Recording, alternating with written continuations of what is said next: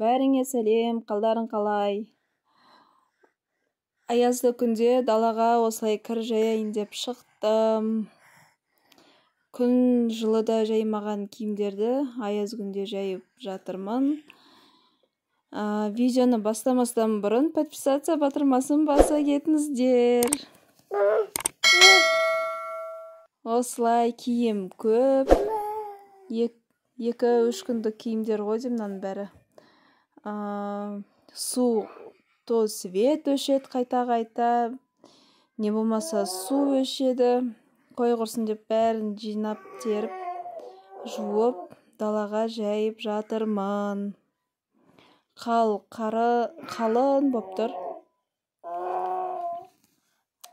Көп киімдер, в общем, осылай бәрін жайдым. Үйге жайын десем, үй тар. 3 бала даурып жатыр. Дәрілерін беріп, содамен ауыздарын шайғызып. Еще сабақ деген онлайн қазір. Сіздер жақта да онлайн болып жатыр ма сабақ?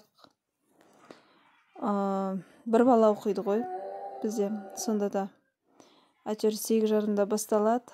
Сабақ жазады, жаңағы немен, телефонмен анау-мынау, сонымен деген 11 болады, 11:30.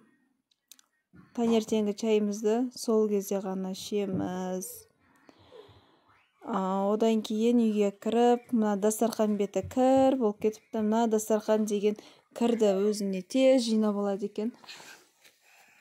Комытпен ысып, сүртіп алдым. Тряпкамен, таза сумен бетінен тағы да 1-2 рет сүртіп алдым. Сөйтіп жүргенде обед дайын болды.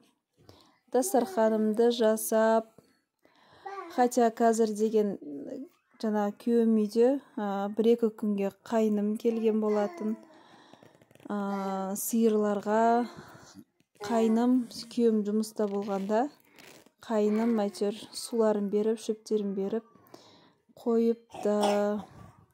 Соның өзіне де әйтеуір 3 бала 3 жақтан ауырып, дәрілерін беріп, үйтіп бүйткенше үлгере алмай кетеді екенсің.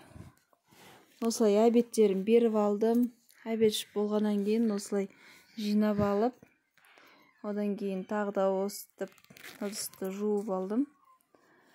Осы видеодағыдай барлығы тез бола қойса ғой. Одан кейін шай ішіп болған жерді пылесостап жинап алдым. Нағызға мән бермей қойыңыздар.